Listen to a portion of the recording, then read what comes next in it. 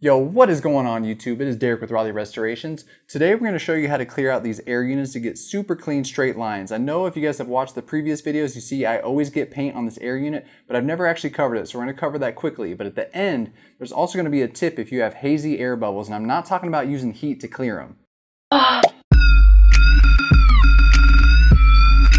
Damn. So today is going to be a quick video. Let's just put it in perspective. Every time I have a hat on, it's going to be a quick video. We're going to show you how to clear up these air units today, and you don't need much. All I need, or all you need, is an X-Acto knife, some Q-tips, maybe some tape, and some denatured alcohol, but we'll cover that. On these particular, it's pretty easy, so let's just go and hop right into it. This is basically just to show you guys how the air units look, and there's actually a little bit more paint on them. Like I said, we did do some extra coats between videos, but we're going to show you right now how to clear these up. Alright, so I know that the color of the video changed a little bit, but I just want to show you guys the contrast so you can really see what I'm doing. This camera angle is probably going to get a little bit weird, but all you're going to do, you take an X-Acto knife, and I have not to this day popped an air unit unless I do it live right now. I will literally leave it in if I do pop this air unit because it's never happened in all the years I've been doing this. But you're going to leave your paint on the air unit whether you're airbrushing or hand painting, and don't worry about that. The only difference would be if you're using an adhesive promoter like Bulldog or some other like Bloodline or something like that, insert whatever you want to use. That will make this much harder, but don't put any primer down. If you do, just tape up the air unit loosely so you don't get any primer on there, or if you're using scratch resistant sealer, this is a pain in the ass to try and do. So if you're going to use scratch resistant sealer on the midsoles, just make sure you don't get it on the air unit while you're doing this process. So I'm basically just going to go in with the X-Acto knife and create that line. You can pretty much use the point. So people ask if I use a dull one. No, I actually use a really sharp one. Sometimes I'll even replace it for a brand new one, and just put that edge right in this corner right here and just let this do the work.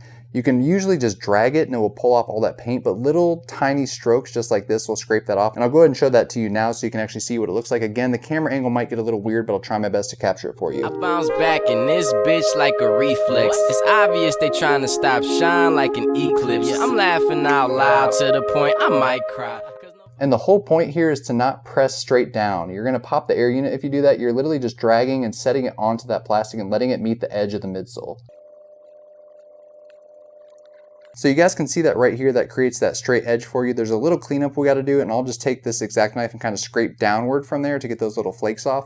But we'll worry about the center later. I'm going to go ahead and go all the way around and just finish this up. All right, so now that we have the whole entire air unit basically outlined, we're going to go ahead and grab some Q-tips. I've seen people do this with other methods, like those little wooden picks that people use to separate their shoe. I think they're actually skewers for like the grill or something like that, or hold kebabs together.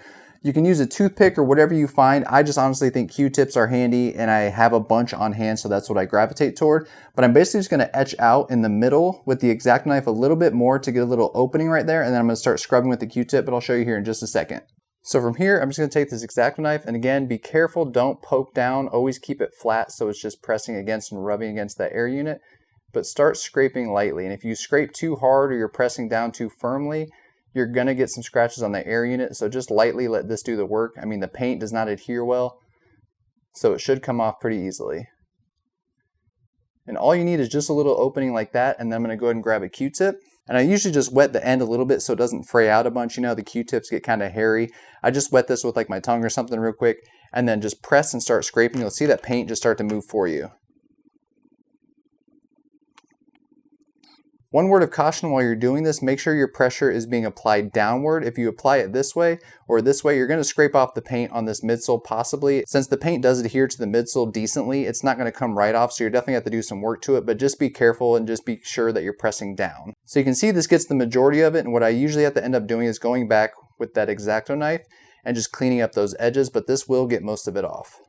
So this right here is actually as comfortable as I get with actually using this Q-tip here, because I don't want to get too close to the midsole where it actually has paint on it that I want to stay on there. So I'll go back with the X-Acto knife and just clean these edges up here. And oh my, look at those air units. So clean, so crisp. But if you look at those, we've actually already removed the moisture from that with the heat gun or the hair dryer method. They look a little bit hazy, but we got to fix for that. Let's check that out. So you guys can clearly see the difference here. That's a huge difference from what we just saw, and these weren't even that bad, and it's super simple to do. So to keep this short, like the rest of the video and the whole entire point of this, I'm not going to show you how to do this method because it's super simple. You're going to take a gloss finisher, or I personally use the Angelus satin finish, which is not satin at all. It's a very high gloss, and you literally just paint over that air unit. It works like a headlight. I actually learned this method from Sal, the sneakerhead. You can follow him on Instagram. He's got a bunch of dope videos. He does like a vlog style thing on YouTube if you're into that, so definitely check him out. But you basically just treat this like a headlight, and that's how you get rid of that haze on headlights, is you add a gloss finisher. You normally sand it, but on these you're not going to sand it. So just apply a gloss finisher, and that's how you achieve that look that I just showed you guys.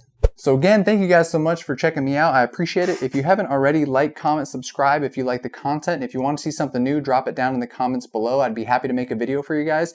But I got too much work to do, and I got 3 other units to clear. So I'll catch you guys on the next one. And kept this shit bumping. I hop on top of tracks and just start Forrest Gumping. Label full of stars like the fucking flag or something. Every time we do a show, it's like a hip hop summit. A beast on top of beast, bitch. My studio is haunted. Please believe me, boy, cause I would ghostwrite your shit like a Ouija board, yeah.